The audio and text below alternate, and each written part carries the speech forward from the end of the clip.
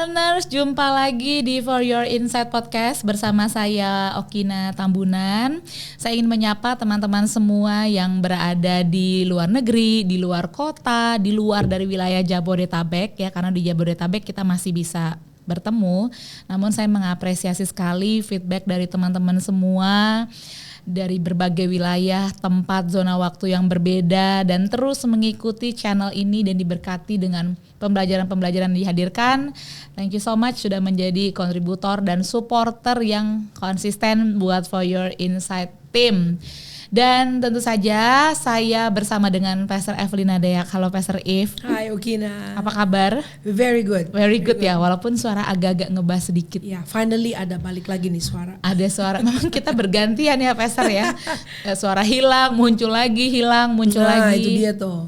Lagi musim juga ya kayaknya. Ini lagi musim nih batuk pilek. Cuaca ekstrim ya, panas banget, tiba-tiba hujan deras, lalu teman-teman juga kondisi tubuhnya sedang kurang sehat. Kita juga lagi dalam kurang sehat, jadi ketepa juga. Betul. Anyway, tapi hari ini kita bisa hadir dan terus menghadirkan pembelajaran-pembelajaran Pastor Eve. Ya. Dan kali ini kita sebenarnya dalam konten untuk menutup tahun 2024, Pastor. Oke. Wow.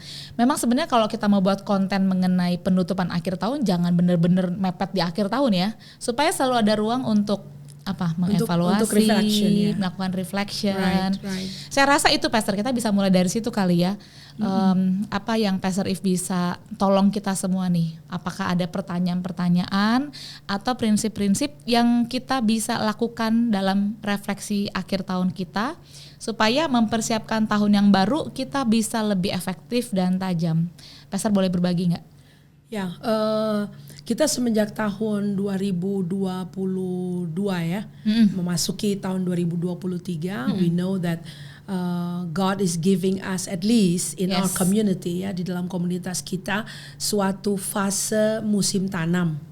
Ya, jadi kita mencanangkan untuk 6 tahun berikutnya akan ada intentional planting ya. Dan dalam intentional planting itu berarti suatu rencana penanaman benih-benih firman Tuhan, pewahyuan, pengertian ya, yang kita akan secara sengaja memang kelola.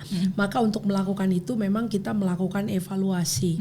Nah, evaluasi ini melibatkan kita mengevaluasi diri kita ya. Ada beberapa aspek yang kita lihat gitu kan, where we are, because you can only plan ahead when you actually know your situation, your current situation, right? Betul. Jadi kita mengevaluasi our spiritual life, kita mengevaluasi our soul ya, our mental emotion. Kemudian kita evaluasi juga physical condition kita ya. Ini banyak kena bapil nih. Lalu kita evaluasi juga relasi-relasi kita, this is very important. Lalu juga kita evaluasi kondisi karir, ekonomi, keuangan betul, kita. Itu penting juga untuk kita lihat. Nah, setelah melakukan evaluasi, then we know where we are currently. Nah, itu yang secara jujur ya kita perlu lihat. Nah, dari situlah baru kemudian suatu perencanaan yang intensional. Kan intensional itu karena direncanakan dong. Betul. Jadi kita nggak kayak sera-sera whatever will be ya, hidup ini yang ngalir aja kayak air. Ya nanti kayak air di daun tales gitu ya.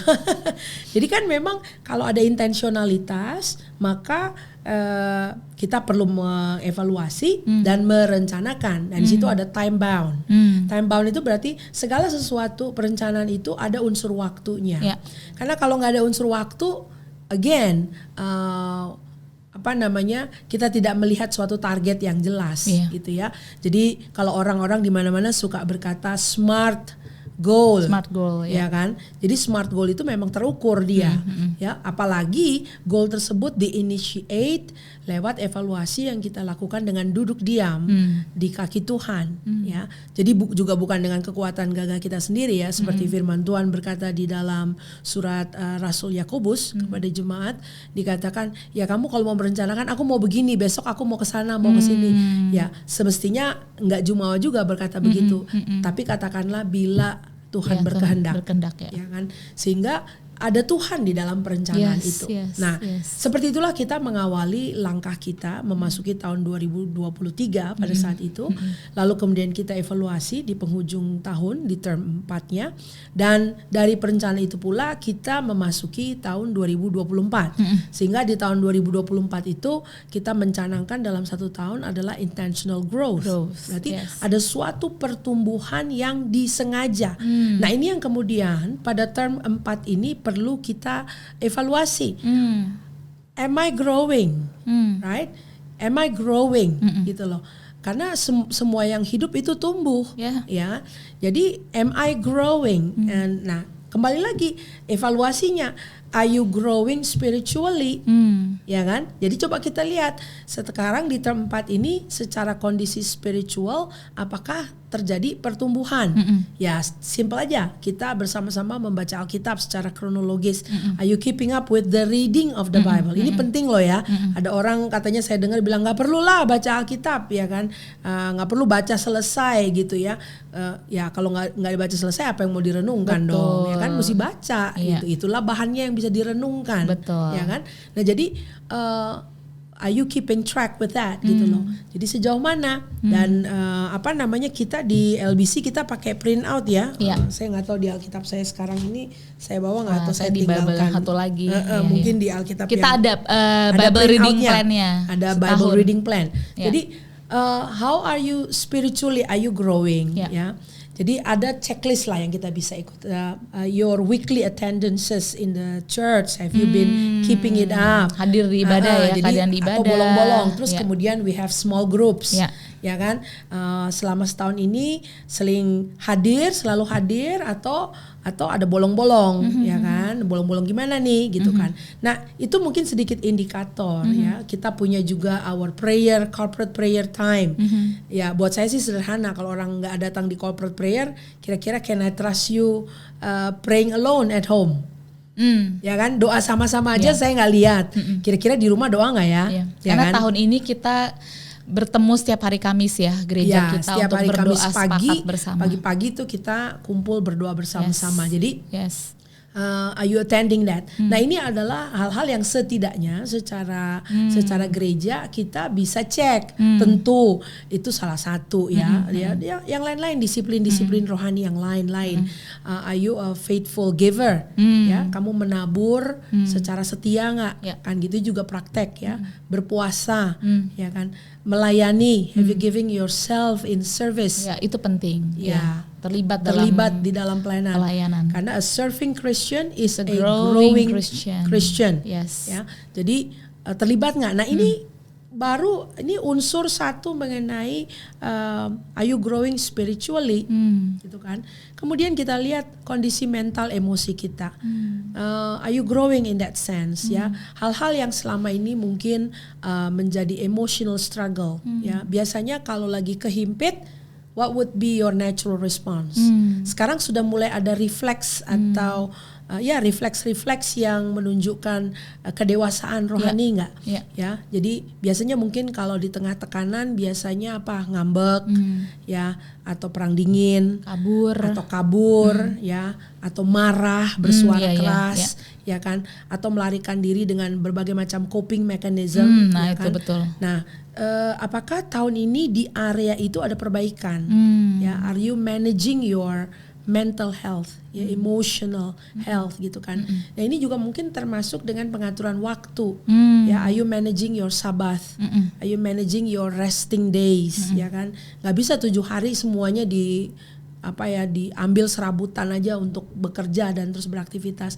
Are you getting fidgety kalau lagi nggak ada kerjaan gitu ya, nggak ada proyek, fidgety nggak? Jadi resah gitu, apalagi mau dikerjainnya, apalagi harus melakukan sesuatu. Are you okay sitting down and not doing anything gitu loh. Jadi ritme hidupnya temponya ya betul disesuaikan lah ya, nggak harus ngebut terus all the time ya. Nah jadi itu kan mempengaruhi tangki emosi kita, ya kan. Nah itu bisa diperiksa. Lalu tadi juga fisik Ya, Sorry fisiknya. Pastor, sebelum kita ke fisik berarti mental belajar juga dong. Oh iya dong. Ya. Ya tadi itu emosi ya. Uh-uh. Mental ini adalah mental sharpness juga. Tadi emosi ya, mental and emotion kan yang mesti diperiksa. Nah, mental itu are we growing mentally? Gitu loh. Are you getting sharper? Ya kan? Makin hari jadi makin tajam nggak?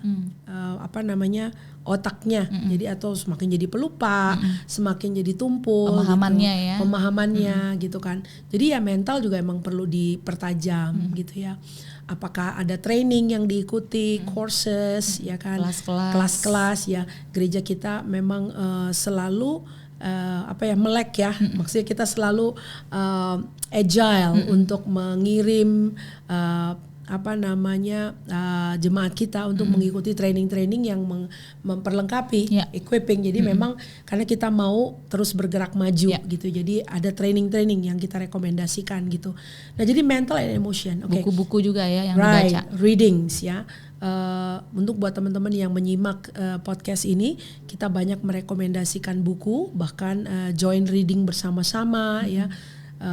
Saya banyak merekomendasikan buku supaya kita bisa juga maju berderap bersama untuk mempertajam mental kita gitu ya. Ya lalu mental lalu fisik ya. How are we doing physically ya. Ini juga mungkin jadi catatan bagi saya ya. Saya ini bolak-balik kena bapil tapi belakangan karena sudah mulai juga terpapar matahari secara rutin ya. Kalau saya bilang sudah lebih better ya. Ini cuma kemarin karena kena tepar aja nih 1 kali gitu. Tapi I think physically it's better than last year, daripada tahun lalu gitu, karena banyak terpapar sinar matahari sekarang tiap pagi seperti itu. Yay. Nah, jadi it is good. There's other things that I need to do physically juga sih. Tapi physical ini emang perlu diperiksa ya. Jadi apakah general check up mungkin ya kan. That I plan for next year. Ya. Jadi memang perlu direncanakan. Kemudian your relationship, ya bagaimana relasi-relasi kita, are we growing in our relationship, ya. Jadi relationship dengan siapa? Ya tentu dengan circle 1 kita. Circle 1 adalah keluarga kita langsung ya. Jadi orang tua, siblings ya, kakak adik ya. Itu seperti apa? Pasangan ya, bagi yang menikah dengan pasangan lalu dengan anaknya gitu kan. Apakah relasi itu is growing? Ya. Kita di LBC melihat banyak sekali lawatan Tuhan di area ini, which I'm very very thankful. Jadi di term 4 ini kayak saya punya hasil pertanian bagus gitu ya. Karena saya melihat setelah 3 term kita lewati, jadi kilas balik di term 4 ini saya melihat Tuhan melawat keluarga-keluarga itu siblings. Jadi ini kayak kalau saya bilang dalam tanda kutip ada pengurapan lawatan siblings gitu ya. Ini lawatan untuk saudara-saudara sekandung. Jadi banyak sekali. Jadi kalau kita lihat itu kakak adiknya nih, padahal sudah berumah tangga, masing-masing sudah berumah tangga gitu ya. Tapi kemudian tergandeng, terlawat gitu ya. Jadi bukan hanya anak ke orang tua atau orang tua anak. Sekarang kita melihat kakak beradik. Jadi tidak jarang kita temukan di komunitas kita kakak beradik ya, itu hadir gitu. Nah, ini sedang terjadi. Jadi saya banggakan dan bersyukur sekali ya. Nah, tapi juga bagaimana relasi kita di luar ya. Jadi dengan keluarga besar, bahkan dengan orang-orang yang belum mengenal Tuhan. Are we growing in that? Itu kan. Do we have somebody? Do we have a person or two gitu ya yang memang kita berelasi dan ingin memperkenalkan kasih Tuhan kepada mereka. Jadi kalau selama ini tidak ada, apakah sekarang sudah ada? Kan begitu, yang memang secara intensional kita mau tumbuh, kita mau bergerak ke arah situ gitu. Itu bisa kita evaluasi. Jadi ini juga buat kawan-kawan yang kalau hari ini menyaksikan podcast ini berkata, oh ya, I have few names, very good for you. Ya, tapi kalau ada yang sambil menyaksikan berkata, oh ya, saya siapa ya? Nah, itu menjadi evaluasi gitu kan, sehingga untuk masa tanam tahun berikutnya itu bisa menjadi suatu perencanaan. Karena freely we receive, freely we give. Itu yang Alkitab katakan. Kita nggak mau jadi kayak laut mati gitu ya. Kebaikan, kasih karunia yang Tuhan beri kepada kita, itu mestinya kita salurkan. Jadi jangan berhenti di kita gitu kan. Apalagi kita tinggal di tengah-tengah masyarakat, di tempat kerja. Masa sih nggak ada orang yang membutuhkan, yang kita bisa tolong, yang kita bisa dorong. Pasti semangatnya. ada sih. Pasti ya. ada. Kalau kita memang orangnya aktif ya, terlibat. Betul, ya kan. Nah jadi supaya kita bisa jadi aset di tengah-tengah masyarakat gitu. Jadi relasi ini kita evaluasi. Kemudian yang terakhir adalah our career and our economic condition, ya, our financial condition. Are we growing in that? Ya kan? Apakah kita telah menjadi steward, menjadi pengurus daripada keuangan dengan cermat? Ya, artinya coba lihat selama 3 term tahun ini, mana tuh bulan-bulan yang kering, yang jadi kayaknya boncos, atau bulan-bulan yang we can say we manage it well, ya kan? Jadi artinya memang kita perlu hidup cukup. Lalu kalaupun sampai berkelimpahan, karena kita bisa jadi berkat buat orang lain, ya. Saya rasa nanti tahun depan saya mau juga bisa berbagi mengenai money with a mission. Yes, ya. Bahwa berkat yang Tuhan beri kepada kita, dalam hal ini keuangan yang Tuhan beri kepada kita, is with a mission. Ada misi di balik itu gitu loh. Nah jadi dalam pengelolaan keuangan ini kita bisa mengevaluasi, are we doing good in that? Kalau kita misalnya kasih rate 1 sampai 10, ya kan, dari beberapa item tadi, are you doing well gitu ya. Kalau di recap nilai rata-ratanya berapa sih gitu kan. Nah, there is always room for improvement of course, ya. Tapi hidup kalau tidak dievaluasi, ya kita juga nggak pernah tahu, ya kan. Akhirnya ya mengalir aja. Cuman kalau kita evaluasi, kita akhirnya bisa bilang, oh oke, untuk area itu area pertumbuhan saya deh gitu kan. That is my room for improvement lah gitu. Saya bertumbuh, yang ini memang sedang masih dalam right. area pertumbuhan ya. Nah dengan begitu kita bisa juga akhirnya mempertanggungjawabkan kehidupan yang Tuhan berikan kepada kita. Ya, saya agree Pastor, poin terakhir. Dengan melakukan evaluasi sebenarnya kita sedang bertanggung jawab kepada Tuhan pemberi kehidupan. Betul sekali. Ya. Dan memang kan loss aja gitu kalau nggak pernah dievaluasi. Ya, akan ada satu hari di mana kita akan berdiri di depan Tuhan to give account, on that one particular day gitu loh. Well, why don't train latihannya dari sekarang? Iya, kenapa nggak latihan aja sekarang gitu loh? Kenapa mesti tunggu satu hari itu dan oke, apa nih pertanggungjawabannya? Saya rasa evaluasi itu sehat ya, supaya kita bisa latihan bertanggung jawab memang sehari-harinya gitu. Saya mau menambahkan juga Pastor, terpikir ya, jadi mungkin para pendengar pembelajar yang juga menyaksikan dan mengikuti, tadi saya mau kembali ke bagian relasi. Kita juga bisa mengevaluasi ya, apakah ada pertemanan atau jaringan relasi yang terbangun di tahun ini, yang baru, dan kita mengucap syukur pada Tuhan untuk relasi-relasi itu. Termasuk relasi-relasi yang berakhir di tahun ini. Kita juga perlu syukuri ya, at least di hadapan Tuhan, we manage it well. Kita tidak give up dalam sebuah relasi, dalam sebuah hubungan, dan juga hubungan-hubungan yang berakhir karena ada anak muda nih yang sharing habis putus dia.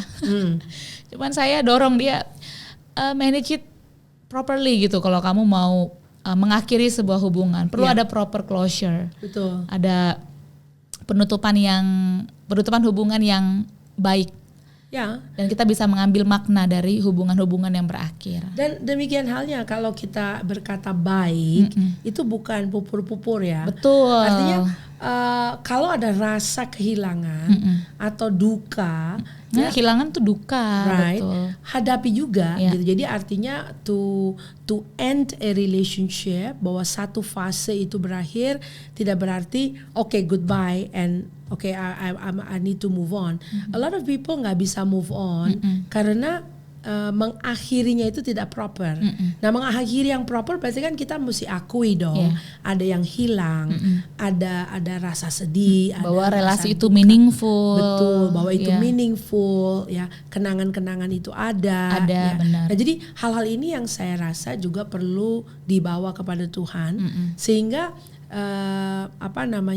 kita bisa tutupnya itu dengan baik. Dan dengan demikian hati kita juga akan siap untuk beranjak ke musim berikutnya di mana akan ada lagi new relationship baru yang datang. Ya, sometimes trust issue kan hadir karena yang sebelumnya nggak enak nih diakhirinya. Oke, jadi itu silakan ya, karena ya setiap tahun ada aja ya yang datang, yang pergi, datang dan pergi dalam People hidup kita. People come and go and saya mau bilang ya itu commonly, itu sangat umum terjadi di mana-mana gitu ya. Tinggal bagaimana cara kita menghadapinya gitu ya. Kita juga tidak mau jadi orang yang permukaan saja, yang karena sudah pernah ada orang datang dan pergi lalu kemudian jadinya tidak sungguh-sungguh lagi ya dalam menata atau merajut hubungan-hubungan baru, ya kan? Udah biasa ditinggalin. Nah, jadi sama yang lain jadinya udahlah cuek-cuek. Enggak juga, because the quality, you want to bring quality in the relationship yang kamu bangun kan. Nah makanya pada saat sesuatu berakhir ya diakhirinya dengan baik, sehingga Tuhan bisa percayakan kita untuk bisa menerima lagi hubungan-hubungan yang baru. Yes, gitu. Nah itu tadi sudah dibagikan prinsip-prinsipnya, hal-hal yang bisa Anda lakukan pada saat melakukan refleksi, mumpung masih ada waktu kurang lebih ya sebulan lebih ya untuk bisa menata kembali apa yang terjadi di tahun 2024 dan mempersiapkan diri masuk tahun 2025. Ya. Pastor berbicara mengenai intentional growth ya, pertumbuhan yang disengaja yang menjadi tema kita di tahun ini. Salah satunya kan saya percaya seseorang yang bertumbuh adalah seseorang yang bisa memberikan dampak. Ya. Memberikan influence. Right. Dampak dan influence ini kan gak kelihatan ya, sesuatu yang abstrak. Namun sebenarnya kita bisa ukur kok dampak atau influence yang dihasilkan oleh seseorang. Dan saya bisa pastikan seseorang yang memberikan dampak secara positif itu adalah orang-orang yang memang bertumbuh. Terus baliknya orang yang bertumbuh pasti secara intensional akan memberikan dampak. Ya. Nah coba kita hari ini berbagi ya Pastor. Apa sih strateginya atau caranya atau kuncinya atau rahasianya? Banyak orang Kristen pengen berdampak, pengen memberikan dampak, pengen memberikan influence, pengen memberikan impact. Tapi apa sebenarnya kunci dari menjadi seorang Kristen yang berdampak? Oke, dia berdampak artinya dia tidak lagi hidup hanya semata-mata untuk dirinya ya, tetapi kemudian ada sesuatu yang keluar dari dirinya yang kemudian bisa dinikmati. Betul. Jadi terjadi ekspansi itu Pastor, ekspansi pengaruh. Orang lain. Jadi ada suatu, betul, ada ekspansi influence-nya ya. Jadi pengaruhnya makin luas gitu kan, dari satu orang mungkin dua orang dan ini bisa jadi teritorial juga ya kan, dari satu lokasi ke lokasi lebih jauh. Zaman sekarang ini kita kalau mau bilang jadi influencer ya, kehidupan yang mendampaki orang lain itu mungkin dengan sosial media juga jadinya udah jadi tanpa batas. Oh betul banget ya sosial media ya. Udah jadi tanpa batas, kita udah bisa lintas kota, lintas pulau, lintas negara, benua, ya kan, udah anybody can gitu kan. Nah tapi sebenarnya unsurnya atau dasarnya bagaimana gitu ya. Saya pernah bagikan dari firman Tuhan ya di I think Markus pasal pertama ya Okina ya. Itu di Markus pasal pertama mengenai Yesus yang datang ke rumahnya ibu mertua Petrus. Ya, mungkin Okina bisa bacakan ya ayat 29 sampai 34. Oke, Yesus menyembuhkan ibu mertua Petrus dan orang-orang lain. Ya. Sekeluarnya dari rumah ibadat itu, Yesus dengan Yakobus dan Yohanes pergi ke rumah Simon dan Andreas. Ibu mertua Simon terbaring karena sakit demam.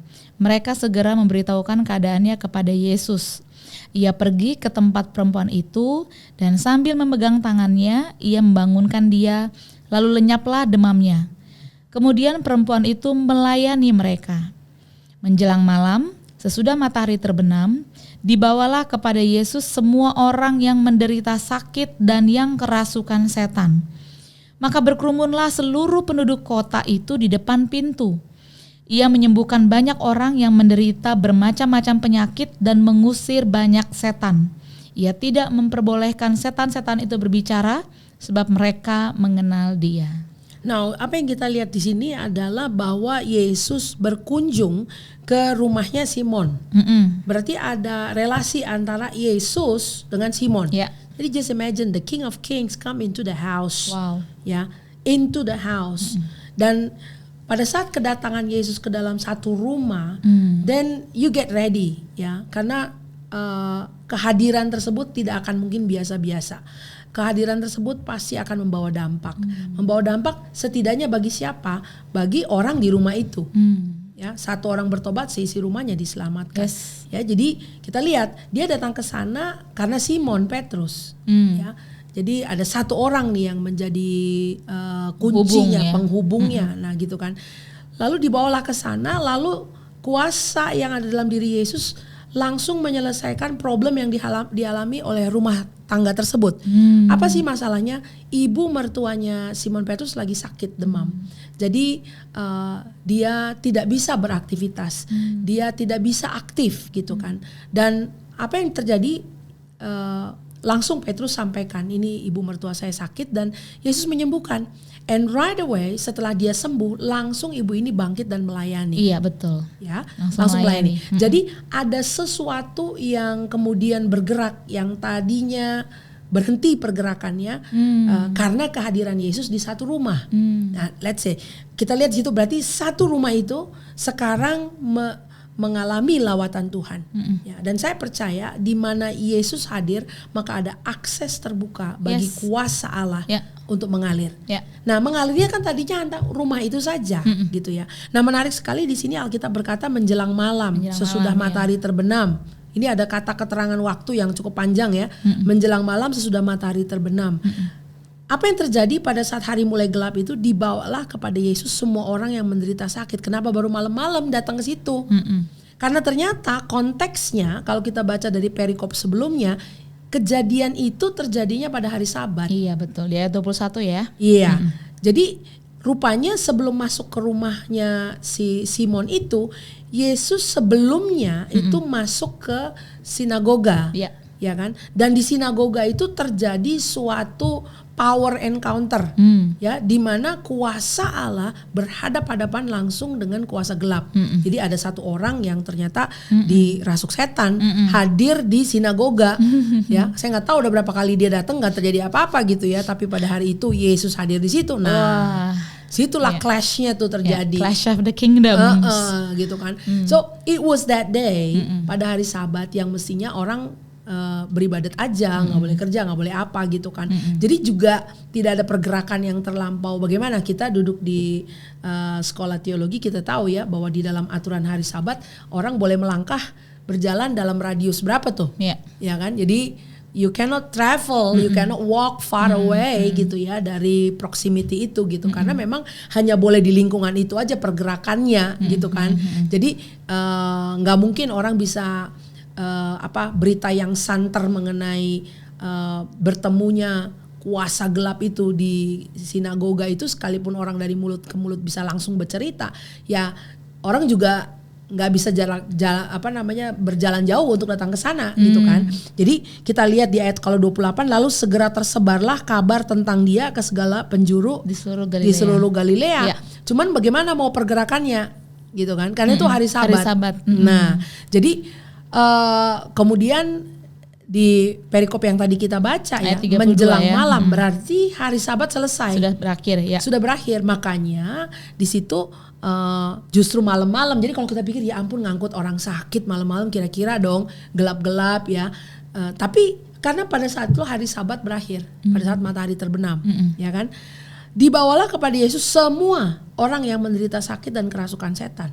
Seluruh penduduk kota itu pun berkerumun depan pintu. Jadi kebayang nggak, matahari terbenam, makin lama makin gelap, itu depan pintu rumahnya si Simon makin banyak orang ngejublek, ngumpul di situ. Seluruh penduduk kota loh. Yang sakit dan yang kerasukan setan. Saya bingung ya, orang sakit digabung sama kerasukan setan gimana cerita tuh. Kan yang kerasukan setan bisa jerit-jerit, macam-macam aja kelakuannya gitu kan. Tapi digabung sama yang sakit, waduh heboh nih ya, udah kayak pasar malam. Nah, kita lihat seluruh penduduk kota itu pun berkerumun depan pintu. Jadi yang sakit, kerasukan setan, sama yang mau nonton, yang mau nonton nih keramaian ini. Jadi can you imagine it's like rombongan sirkus ada hadir di situ gitu kan. Wow, ini ramenya minta ampun. Dan Alkitab berkata ayat 34, ia menyembuhkan banyak orang yang menderita bermacam-macam penyakit dan mengusir banyak setan. Jadi langsung di situ terjadi mujizat. Right there, right then di rumah itu. Kenapa? Karena Yesus hadir di rumah. Yesus hadir di rumah itu. Ya. And that's the amazing thing. Pada saat Yesus hadir di rumah, maka rumah itu, kalau saya bilang ya, itu kayak portalnya surga gitu loh. Dimana rumah itu menjadi oasis di tengah-tengah kekeringan, di tengah-tengah kebutuhan orang. Ya, itu menjadi oasis gitu loh, yang bisa menolong masyarakat sekitar. Because Jesus is present. Yes. Yesus hadir di situ. Dan kita akan temukan di banyak catatan in the Gospels ya, di dalam kitab-kitab Injil, bagaimana Yesus itu hadir di rumah-rumah. Yesus hadir di rumah Zakheus, Yesus hadir di rumahnya Simon orang lepra, di rumah-rumah. Disambut di rumah-rumah. Disambut di rumah-rumah, dan di setiap rumah yang dikunjungi Yesus terjadi lawatan yang luar biasa. Nah, kalau mau bilang dia tidak berubah dulu, sekarang, dan selama-lamanya. Yes. Sehingga pada saat kita membuka hati kita, rumah kita, Yesus berdiam di rumah kita. Sekarang kita nggak ngomong lagi mengenai bangunan fisik dong. Betul. Karena tubuh kita adalah bait Allah. Bait Ya Allah. kan? Dia berdiam, roh Allah berdiam di dalam kita. Di mana kita berada, kita menjadi portalnya kerajaan surga. Di mana kuasa Allah bisa mengalir. Kan begitu. Nah, jadi ini yang terjadi dengan Yesus. Nah, sekarang kita bayangkan ya, tadi kita ngomong influence, greater influence. Karena kita lihat ayat 35, berarti malam itu udah kayak KKR tuh ya. Saya nggak tahu Yesus selesai mendoakan orang sakit jam berapa nih pelayanan. Karena dari matahari terbenam dia mulai. Dia seluruh pelayanan. penduduk kota, Pastor. Iya, berapa orang sakit itu kan yang dia mesti tangani. Lalu Alkitab berkata ayat 35, pagi-pagi benar waktu hari masih gelap. Nah, ini jam berapa nih pagi-pagi benar hari waktu masih gelap? Dia bangun dan pergi keluar, dia pergi ke tempat yang terpencil dan berdoa di sana. Nah, ayat yang model begini ini, di mana setelah gegap gempita ministry yang heboh itu, ya, kita selalu akan menemukan lanjutannya itu adalah di mana Yesus wake up early in the morning, waktu hari masih gelap, matahari belum terbit, lalu dia langsung menyendiri ke tempat yang sunyi untuk berdoa. Kelihatannya itu pattern, ya, bahwa setelah gegap gempita itu, ya, kalau kita terjadinya di zaman sekarang kan pasti liputan, orang pada mau selfie, wifi, udah reporter ada di mana-mana, itu kan kayak begitu gitu ya. Tapi bisa bayangkan bahwa di tengah gegap gempita itu, you know, and then the next thing hal berikut yang dia lakukan adalah dia kemudian pergi ke tempat yang sunyi. Gitu kan. Ini murid-muridnya aja bingung karena ayat 36 bilang Simon dan kawan-kawannya pun mencari-cari dia. Jadi yang punya rumah nih kecarian. Loh, kan ada di rumah aku. Mana? Gitu kan. Kok I cannot find him in his bedroom misalnya. Kok tadinya tidur di sini kemana ya? Gitu. Jadi yang punya rumah aja di hostnya nih kecarian Yesus, gitu kan. You lost your guest. Udah tamu aku kemana gitu kan. Jadi ini Simon dan kawan-kawannya pun mencari dia. Lalu setelah dicari-cari, ketika mereka menemukannya, mereka berkata kepadanya, semua orang mencari engkau. Kalau ngomong semua orang, apakah akan ada kelanjutannya? Kan gitu kan. Mungkin yang baru dengar kabar, oh sembuh ya, oke aku datang juga deh, gitu kan. Mungkin udah ada lagi yang ngumpul gitu barangkali. Begitu matahari terbit, lanjut lagi deh pelayanan. Jadi kita bisa ini ketenarannya mulai terbaca di sini ya kan. Jadi orang udah dari mulut ke mulut nih kan. Lalu ayat 38 berkata, jawabnya, marilah kita pergi ke tempat lain. Loh, ke kota-kota sekitar sini, supaya di sana juga aku memberitakan Injil, karena untuk itu aku telah datang. Lalu pergilah dia ke seluruh Galilea, memberitakan Injil dan rumah-rumah ibadat. Jadi rumahnya Simon itu ada di Kapernaum. Kita udah pernah ke Kapernaum ya. We've been there. We've been to the house. Ya, we've been to lokasinya, the house. Kita sudah pernah hadir di lokasi rumah itu, lokasi sinagoga itu. So we know approximately seberapa dekat. Ya, seberapa dekat dan rumah ibadat dengan rumahnya ibu mertua Simon. It's right next to the danau ya. Nggak begitu jauh dari danau. Jadi sebetulnya waktu orang mau kumpul aja, lalu Yesus bilang, "No, aku perlu keliling Galilea," gitu kan. Berarti tidak hanya Kapernaum saja, tapi juga area sekitarnya dia mau pergi. Jadi ternyata kita melihat ini ya, setelah dia dielu-elukan karena kuasa yang luar biasa yang menyembuhkan orang sakit, mengusir setan-setan, juga ditambah dengan orang-orang banyak yang mau nonton hiruk pikuk itu, dia tidak izinkan fame and popularity get to him, gitu kan. Ya, ini saya perlu bilang lah, karena kadang-kadang kita kalau pelayanan, aduh khotbahnya bagus Bu, aduh saya dijamah. Okay, are you going to linger in that feeling of a sense of being successful, ya kan? Karena itu it can get to your head gitu loh. Nah, tapi Yesus nggak izinkan itu gitu. Dia nggak izinkan rasa pujian, pemujaan itu betul. Jadi menepati sesuatu di hatinya. Iya, dia tidak izinkan memberikan rasa aman itu ya. Ya. Makanya setelah itu kita lihat ini antidotnya juga sih kalau menurut saya ya, yang bisa saya setuju. Ya, antidotnya adalah bahwa setelah gegap gempita itu, a successful ministry, dia kemudian mengambil waktu. Ini bukan cuma satu kali, makanya saya bilang dia mengambil waktu untuk menyingkir. Pola ini kita lihat beberapa kali ya. Kita melihat dia menyingkir ke tempat yang sunyi.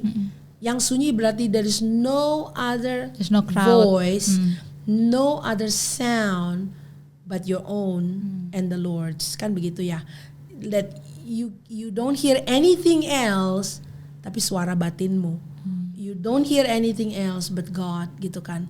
Jadi dia ada di dalam tempat yang silent itu, ya, yang sunyi itu, jauh dari keramaian itu untuk berdoa, ya. Dan saya menemukan pattern ini di dalam pelayanan Yesus. And it seems to me bahwa kalau kita ingin dipakai Tuhan dan dipercayakan oleh Tuhan for a greater influence, untuk koneksi yang lebih luas, untuk pengaruh yang lebih luas, maka pola ini kita perlu embrace. Bahwa you can only go further if you go deeper. Yes. Kita hanya bisa dipakai lebih jauh kalau kita mau lebih dalam. Jangan dilupakan ini, yang kedalaman ini, karena justru dari kedalaman itulah aliran-aliran itu menjadi semakin jauh, gitu kan. Nah, banyak kali orang tidak balancing this gitu loh. Mereka mau semakin jauh, tapi tanpa sadar yang ini jadinya shallow, yang ini jadinya tidak lagi dari sumur-sumur yang dalam, dangkal. Jadinya dangkal, gitu kan. Nah, jadi kalau tadi kamu tanya, what is the secret untuk kita, atau apa sih dibalik perluasan itu atau ekspansi itu? I believe it is your deeper relationship with God, ya, pengenalan akan Tuhan. Ya, pengenalan akan Tuhan yang semakin mendalam. Saya rasa juga itu akan bikin kita sehat kalau yang area itu kita jaga. Ya, karena ekspansi keluar tuh Tuhan bisa bawa itu. Tuhan bisa bawa kita kemana-mana, ke pintu-pintu. Ya, Tuhan bisa hadirkan kita bertemu dengan orang-orang yang kita nggak pernah pikir. Ya, mata nggak pernah lihat, telinga nggak pernah dengar. Kan Alkitab bilang gitu. Karena timbul dalam hati kita, kok bisa ya dari sini ke sana gitu kan.